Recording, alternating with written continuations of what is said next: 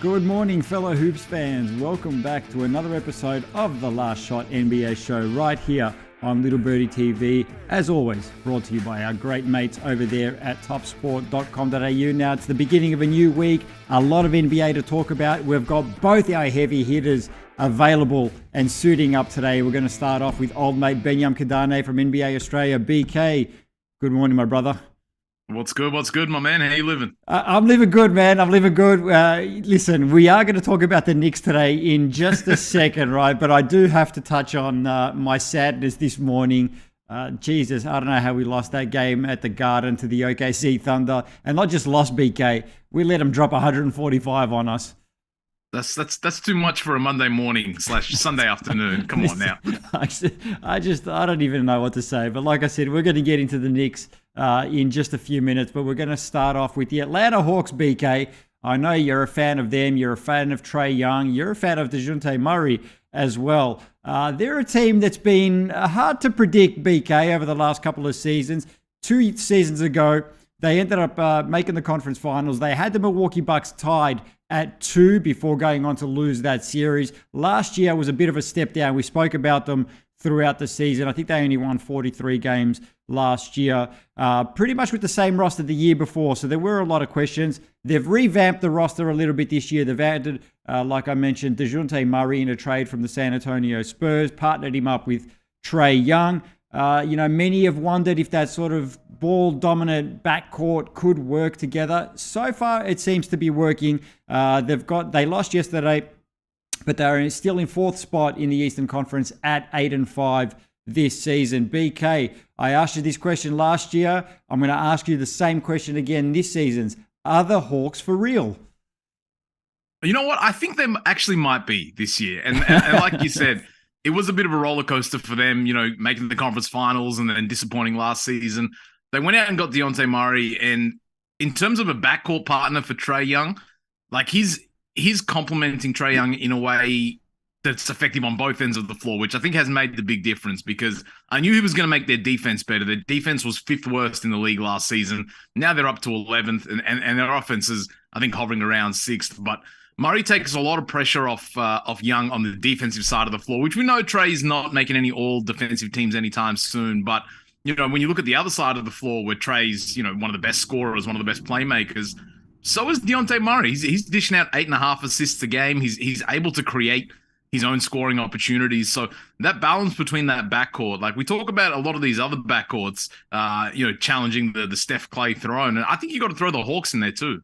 Listen, at the very least, they are super, super fun to watch, those two. And to your point, that's a great point that you made because I just want to add their defensive rating, BK, has actually gone up to 10th from 26th last season. You did mention the points, per game allowed as far as the defense. But that defensive rating has leapt up 16 places from last year. There are some concerns, though, with the Atlanta Hawks, BK, because they are 29th in three-point attempt rate. So they're pretty much second last in the league in that. And they're also second last in the league in free throw attempts. They're not putting up those threes, and they're not getting to the line either. You see that as a big cause of concern? Eventually, yeah. Come the postseason, that's a problem. In November, not really. Yeah. Listen, I mean, you're starting. What I've been saying starting to rub off on you now as well. Like these games, they don't matter this early in the season. But look, one guy that I've also been impressed with the Hawks, BK, aside from their 2 All-Stars, has been the rookie AJ Griffin. Had a bit of a slow start to the season. I think in his first 3 games, he was only averaging 1 point, 2 points or something like that. But since then, he's worked his way into the rotation, currently averaging 8.3 points, 2.3 rebounds, assist and a steal, 36% shooting from behind the arc, which is much needed because, like we said, they're not really getting those shots up, and 52% from the field. What have you seen from AJ Griffin, and do you like him as a player? Yeah, I think the Hawks definitely needed some supplementary scoring, just having some guys off the bench, that can come in and contribute because so often we saw the Hawks kind of turn into a little bit of a black hole with Trae Young on offense. If Trae wasn't scoring, the Hawks weren't doing anything. So now that the fact the Hawks have a couple of other guys out there that they can go, hey, give me a quick 5 minutes, go get me some points. They have a few extra guys on the roster this season in terms of depth. So I like this Hawks team. I like the pieces they have. I like Clint Capella as well. He's had a few double-digit rebound games and is holding it down there in the middle for them. So everything's going to orbit around Trae Young, but ultimately, I think the Hawks have done a good job of putting those pieces together. Yeah, look, BK, I'm not as high on the Hawks as you are. I think they've been playing better than they have, or at least a little bit more consistently than last season. For me, I sort of see them. I don't think they're going to finish top 4. I think they're going to probably finish in that 5 to 8 range. Yeah. I can probably even see them making a move at the trade deadline. If they're sort of still hovering around that 4th and 5th seed around the trade deadline, do you see them making a move? I do. I think if you're in the mix, you kind of have to, right? Like if you're 1 or 2 pieces away, it wouldn't surprise me if they're a buyer at the deadline. But again, as you said, it will depend on sort of where they're kind of looking. If it looks like they can sneak into the top 4, then for sure. Yeah, absolutely. I'm with you on that one there. We'll have to see how it plays out for the Atlanta Hawks. All right, BK. Listen, we've done 3 weeks of episodes and we're only just getting to the New York Knicks right now, BK. Look, we've been pretty meh this season, I've got to admit. But one of the shining lights has been Jalen Brunson. He's been playing absolutely phenomenally so far. Been living up to that $100 million contract that we did sign him to in the offseason. He's been a significant addition and he's been performing exceptionally well, BK, as one of our go-to guys. Through his first 10 games as a Knick, Brunson put up numbers of 19.7 points per game, along with 7.3 assists, 4 rebounds, 50% shooting from the field. The win against the Pistons the other day was his 5th game this season with at least 20 points. And he's also dished out at least 7 assists in 4 of the last 5 contexts.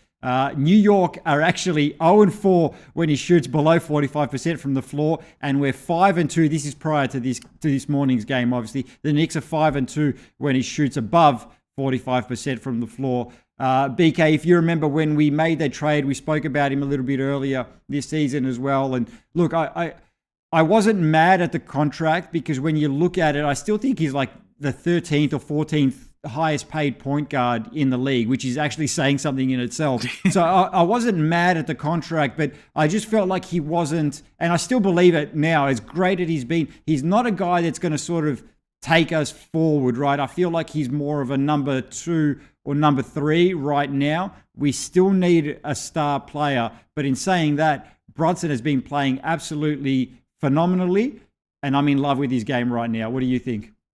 Look, the Knicks definitely want a star, and I think they're banking on that being RJ Barrett, right? Like that's the guy they've invested in. They signed him to that extension, and the hope is that he'll flourish into one of those elite wings, which he has every chance to do. But in terms of Jalen Brunson, like those numbers are going to go up. I think chemistry-wise, he's still kind of feeling things out. Learning how to play with Randall, learning how to play with Barrett, but the thing that I like the most about Jalen Brunson is just the overwhelming sense of calm when he's on the court. Like you have a guy that knows how to run a team, knows how to put guys in spots. And, in a point guard heavy league, the Knicks have not had a really good point guard, maybe we've gone back 10 years. The most productive point guard they've had is probably Raymond Felton a decade ago, right? And that's saying something. Yeah, that's exactly. And before that was probably Stephon Marbury. So it's been a while in between drinks as far as point guards. I do want to touch on what you mentioned about that, synergy that he's developing with obviously Julius Randle and RJ Barrett. You can see that there's something really building in New York. And we've got a tweet that we're going to show up on the screen right now. Look at RJ Barrett's numbers here as well. And a lot of this has to do, I feel, with, getting to learn how to play with, Jalen Brunson. The numbers have shot up. Obviously, last year, Barrett did improve and he was a lot more consistent, took a leap last year. So we're hoping that he can take that other leap this season. And there's a great quote that I saw that I'm just going to quickly read out here before we move on from Jeff Van Gundy, the former Knicks coach. And this is what he said about Jalen Brunson. He said, he's really good. He's going to make a huge difference when they're able to attract high quality, top 50 type talents. And I guess that goes to the point that I was making where, Brunson, I see him more as a number 2 or number 3 guy. If we can get that guy that's a clear alpha number 1 guy on the roster, I think that's going to be a great partnership with whoever that may be.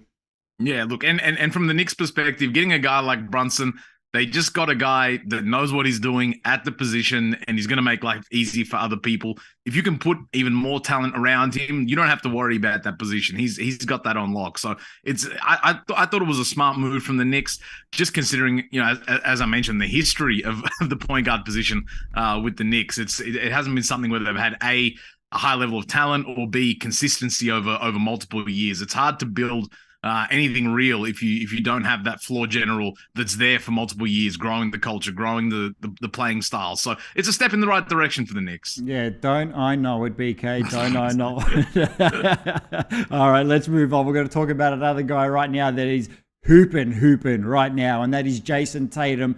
BK, again, this is a conversation that we had last year. I remember the segment that we did, and I was saying that I felt Jayson Tatum last year was being overlooked as far as the MVP conversation was going. Now, this season, a strong case can and probably should be made for Jayson Tatum as the league MVP front runner right now.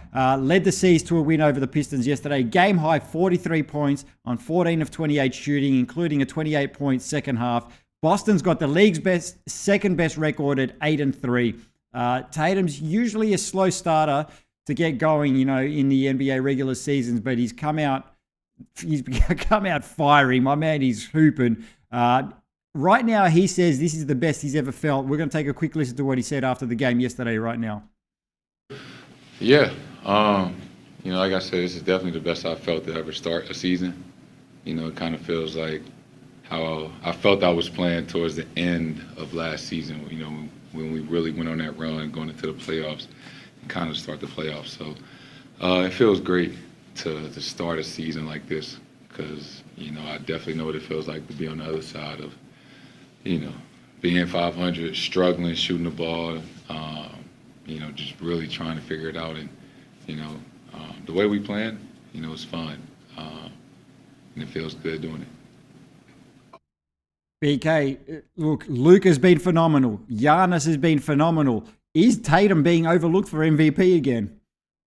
I don't know about overlooked. I would probably have him third on that list behind Giannis and Luka. I mean, the way Luka started this season has been crazy. Would he have like 9 straight 30-point games? And obviously we know what Giannis is all about. But right there, I think Jayson Tatum definitely deserves to be there. And what's impressed me about him is just the improvement. And, he looks strong, a lot stronger this season. You see him just physically. He has more of a commanding presence on the court.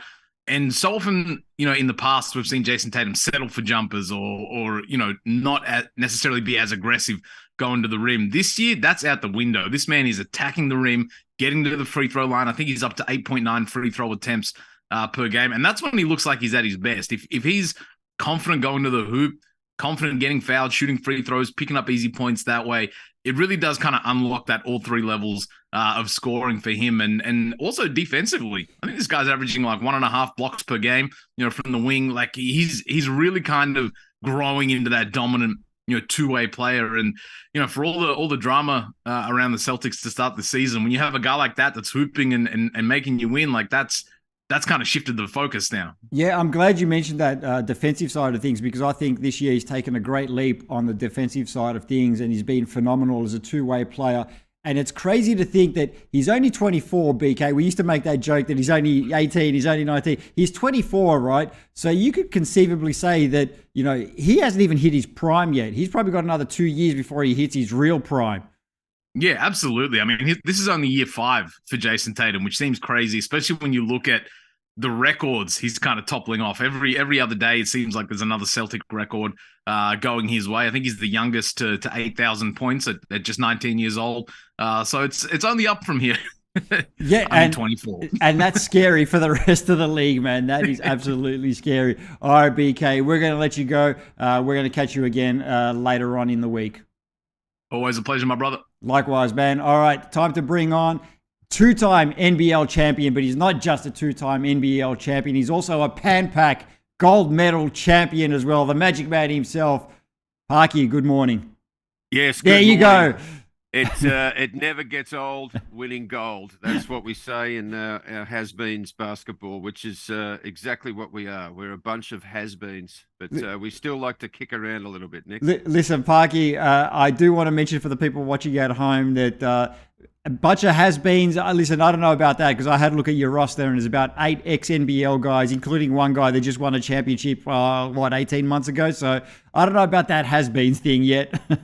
Yeah, well, we did have Dave Anderson come and join us to play in the over 30s. So that's the only qualification I will say is that we're a lot older has-beens. So, but no, we got some good competition, and look, it was a great week, and it was a great week for you too on the on your picks, Nick. You went 11-7 while I was away. That's incredible. I did have a good week last week. Probably helped by the no games on Wednesday, helped my percentages rise a little bit, but we definitely did have a good week last week. So it's great to be back above 500 on the year, Parky. One game, like we mentioned, already done today, the Knicks and the OKC Thunder, and I hope everyone took the over on that one there because that was very, very high scoring. So we're going to take a look at the other games that we've got remaining today, and we're going to start off right here with the Philadelphia 76ers and the Utah Jazz. We've got the 76ers at $1.59, Utah Jazz 243, lines at -3.5, total 219 even,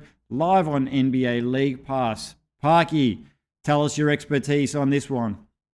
Well, I think all the signs are pointing to the Jazz for me in this one because the Jazz have covered the line in the last out of their last 8 games, they've covered the line 7 times. So I think that's a good sign. And I've got another little quirky stat here that in the last 10 games, the Jazz have won each and every game in the last 10 games when their opposition is on the second leg of a back-to-back. And we know the 76ers just played the Hawks yesterday. They had a great 12-point win. They're back at home tonight. But, that stat just points out to me to be too good. So with the Jazz getting that 3.5-point start, that's going to start my picks off for this week. I really like that one. You're staying away from the total? Yeah, the total's I think about right. I would lean towards that over. It's jumped around a bit. It was 220.5. It's now 219 flat. If I had to, gun to my head, so to speak, I'd probably lean towards the over, but I really like the Jazz to cover the spread there. I'm with you. I like the Jazz to cover the spread, and I'm actually going to take the under today. There you go. Yeah, I'm taking the under. I just think that combined, obviously, like you mentioned, the 76ers playing on the second night of a back-to-back as well. Still no James Harden. I don't know. I'm leaning towards the under from today's one. Yeah, well, I'll write that one down, mate. We'll see how that goes on Wednesday. Absolutely. All right, next game we're going to take a look at over here. We've got the Chicago Bulls and the Denver Nuggets. Nuggets $1.80 favorites. Chicago Bulls 206. Lines at 1.5. Total 232. And this one's live on NBA League Pass as well. Parky, let's start off with that total there because that's really jumping out at me. It's a pretty high total. Yes, it is, and it was 231 yesterday. So the money's been coming for the over there, as a lot of games this season we've seen that. Look, I would lean towards the over, but it's not going to be my pick for that for this particular game. Look, I really like the Nuggets. They're 8-4. They've got a winning record. The Bulls are 6-7, and the Bulls have lost 7 of their last 9 games against teams with a winning record. So that sticks out with me a little bit there. The Nuggets -1.5 is the pick for me. I got them yesterday at -1, so there's been a little bit of money coming for the Nuggets. And the other thing is the Bulls against Western Conference teams aren't doing that well. So they're not covering the line in the last 9 games. They haven't covered the line 7 of those 9 times against Western Conference foes. So that's another little stat there that really leans towards the Nuggets for me. So the Nuggets -1.5 is my pick. I'm going to stay away from the total as well, Parky. I would probably lean towards the under, but I will stay away from that one. I'm going to go Nuggets double digits, 10 to 12 point win for the Nuggets today. Yep, no, I can see that happening. I like that one. All right, next game we're going to take a look at. We have the Golden State Warriors and the Sacramento Kings, Parky's favorite team. The line's at 4 total. Another high one over here, 236.5 live on NBA League Pass. Now, Parky, this one's high for a reason because, I know you've been watching the Kings pretty closely and they can put numbers on the board, can't they? They certainly can. And their defense isn't that great. But look, you give me shit about the Kings, Nick, okay? You do. But listen to this right now. Right now, as we speak, they've got a better record than the Golden State Warriors, who they're playing today. Yep. So, I'm not saying the Kings are going to do any, make any noise in the postseason, but I just thought that they were going to be solid. And as it's turned out, they do have a better record. But look, I'd probably go with the Warriors, but the thing I like in this game is the under. It's gone way out to 236.5. It started around the 234 mark. Look, last time they only played about 5 or 6 days ago, and that was in Golden State, and that score was 116 to 113. So the Warriors only just, I don't think they covered the spread that day. And those points add up to 229. So I think it's going to be roughly sort of around that. So I really like the under 236.5 in this game. And I'm going to stay away from the Warriors, but I'd probably lean towards them.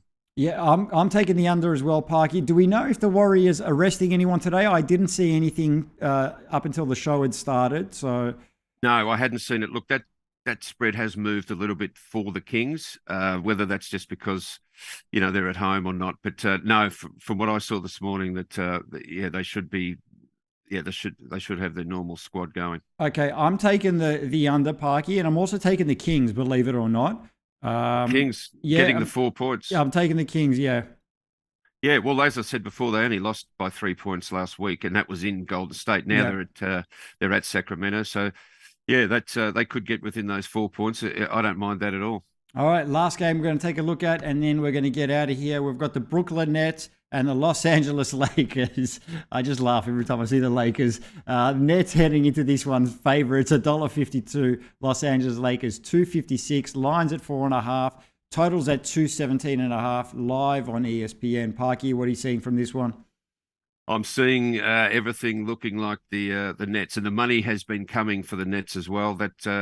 That spread has sort of blown out a little bit. It was initially 3.5, and now it's 4.5. So, yeah, look, the Nets love Crypto.com Arena. In fact, they've won their last 7 games there. So that's a good sign for the Nets. Also, the road team has covered the last 7 games between these two teams, the Nets and the Lakers. So the Nets being the road team, there's no LeBron. So I think even though the Nets played yesterday, they had a great win against the Clippers. I still think they can beat the Lakers by more than 5 points. So the Nets minus 4.5 in this game is my pick. Me too. I'm going to stay away from that total. But yeah, definitely, I agree with you on that. I think we've agreed on everything today, haven't we? Or pretty much. Yeah, just about. Yeah, you've got a couple of little extra ones in there. But yeah, I like to go for quality rather than quantity. But that's okay. You've got you're up and about. You're above 500. So yeah, stick with your picks, and we'll be able to go over them Wednesday. Absolutely. All right, Parky. We'll catch you again on Wednesday morning. Look forward to it. It's great to be back. Yeah, good to have you back, mate. Absolutely great to have you back. All right, guys, that's been another episode of The Last Shot NBA show right here on Little Birdie TV, brought to you by our great mates over there at topsport.com.au. We'll see everyone Wednesday morning.